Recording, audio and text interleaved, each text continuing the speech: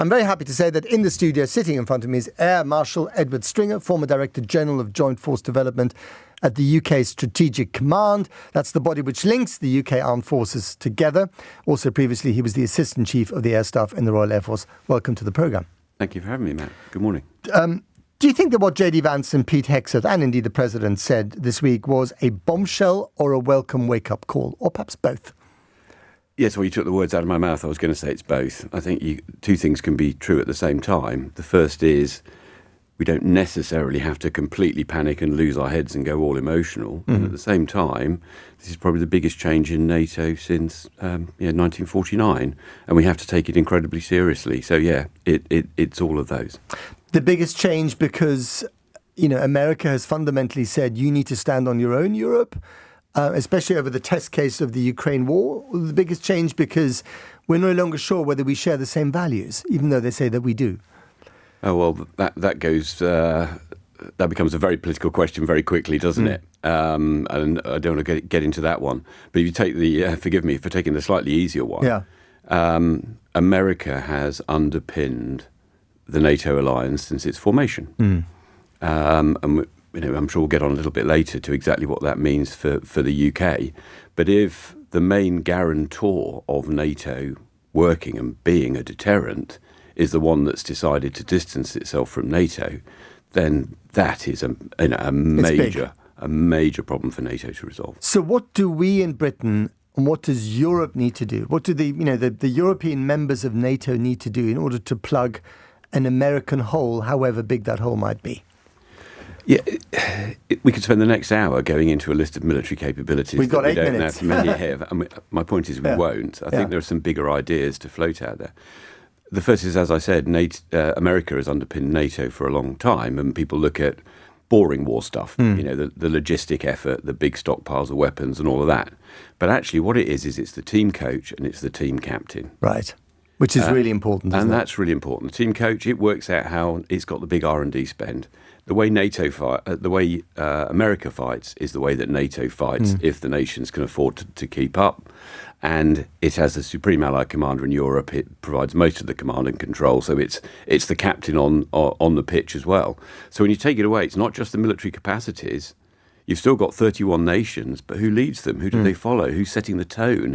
Who's providing the leadership in peacetime force development, but also in wartime if it comes? But from what I'm reading of those American speeches is that they still want to be the team captain, but not on the pitch. They want to be very much off the pitch. Well, I think this is the illogicality at the heart of it, which is why I say we mustn't overreact. And what is clearly a bit of a hand grenade thrown into NATO, but I think that's what it was primarily. Because as many commentators have said who've been out at Munich, there isn't actually an American plan behind all this. What there is a big stun grenade thrown at the other members of NATO to get them to wake up.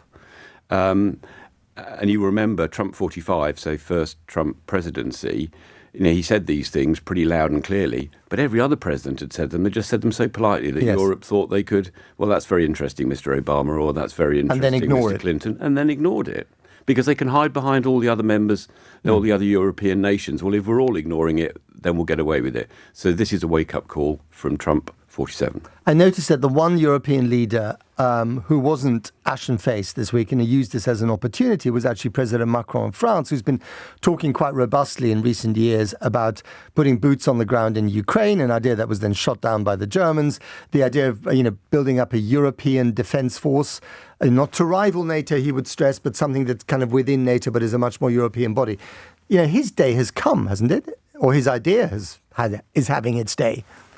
He used to talk about strategic autonomy, and so that is the question as to how much has America actually removed itself, given, as you've just said, it's trying to still dictate the terms in Europe, it's negotiation with Putin, et cetera, et cetera.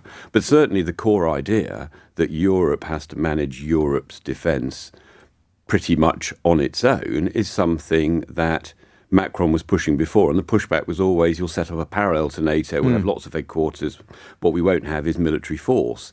Something like what Macron has been talking about will now have to progress through European thinking. Quite what it looks like, whether it's the Macron model. And I would say, the problem with the Macron model is it was always had the French in charge and it was always following the French. And there we get to the problem, don't we? Yeah. Because, the Germans may think, well, if we're going to spend more and more money of our money, on defense, we might want to be in charge. And, there's a question of whether they're, historically, given Germany's role, 80, 90 years ago, they're able to do that or they have the stomach for it.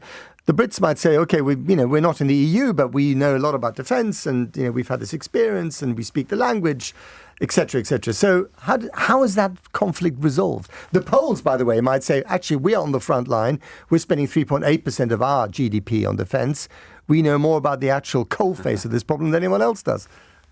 Well, I flew a kite in autumn last year in an article in Foreign Affairs saying actually if America pulled out, the Poles have a case to be the supreme commander when you look at the amount of skin they have in the game, certainly with the army and land power, and it was rather laughed at the time. The fact that you can raise it now shows actually there's something in there. But you're absolutely right, and this is where I think the American establishment will start to pull back, because actually the Americans get a heck of a lot out of NATO, and a lot of European nations have been happy on that spend to just buy off the shelf with America. If they're going to be spending 3, 4, 5% of GDP, let's say it's somewhere between 3 and 4, that's probably most likely, they're going to want to spend that at home. Yeah. This is going to hit the American defence industry as well. And so there's going to have to be some big trade-offs in Europe, because 31 nations all making 31 tanks or whatever, there are no economies of scale there, and Europe will spend a fortune and still not have very much of a front line. So there are some big political trade-offs to be made. How difficult would it be for this very fragmented defence industry in Europe? And I think of all the defence contractors in the world in the top 10, I think there's only 2 companies that are European. One is French and one is the one actually at the top is British. 2 or 3, yeah. 2 or 3. I mean, is it possible to consolidate that? How difficult would that be? I think it's fair to say some of the companies that look consolidated at the moment, because they have various international arms, there's often operated as national companies anyway, sometimes actually in competition even if they're under the same commercial or corporate banner. This will have to be something political. And you talked about which groupings who might take a lead.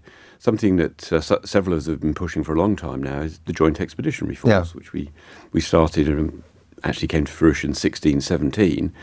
It's almost the other 9 members of it are pushing harder than the Brits are at the moment, even though we're the framework nation. Because those are those nations that are much closer to the Russian threat. It's the Baltics, it's the Scandinavian nations.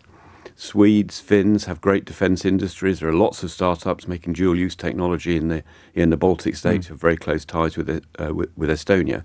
You could see there, you could expand on some of their cooperation that's going on at the moment. Why not standardise across 155mm shells, for example? And we could start to lead within NATO by setting up that sort of industrial cooperation where everybody makes a profit on something and you trust each other that you're not going to rip each other off. And I think that is possible. It's going to have to happen very quickly, though, isn't it? I mean, we can't. This is not a project for the next decade. It's got to be done in years. It has to be done very quickly. And if you don't seize the moment, then the opportunity will be lost. And I would say, if you look at what has happened, that phone call between Trump and Putin, as you said, there's a certain illogicality to it, because if he's going to pull off the pitch, how can he dictate how the game is going to be played? But if Europe doesn't step up, it will have terms dictated to it. Is Europe going to seize the opportunity, or is it going to let Putin, to an extent, dictate what the security architecture is it's going to have to deal with for the next decades? Just a couple of brief ones. Do you envisage at some stage in the future that there might be British boots or European boots on the ground in Ukraine? I think it's certainly possible when you look at the peacekeeping force. I think when you think it through, though, what it does point to is where a lot of our political class is going, reinforced by the Prime Minister and Secretary of State recently, that actually Ukraine joining NATO, and if Ukraine were to join a Euro-NATO and Europe was to get serious, well, look at the GDP of combined Europe and its demography and look at Russia. If we can't contain Russia, something's wrong. And finally, what does the Prime Minister need to say to this country to get wise and real about defence? Well, that's the opportunity you've got to use. Those in the security and defence business have seen something like this coming.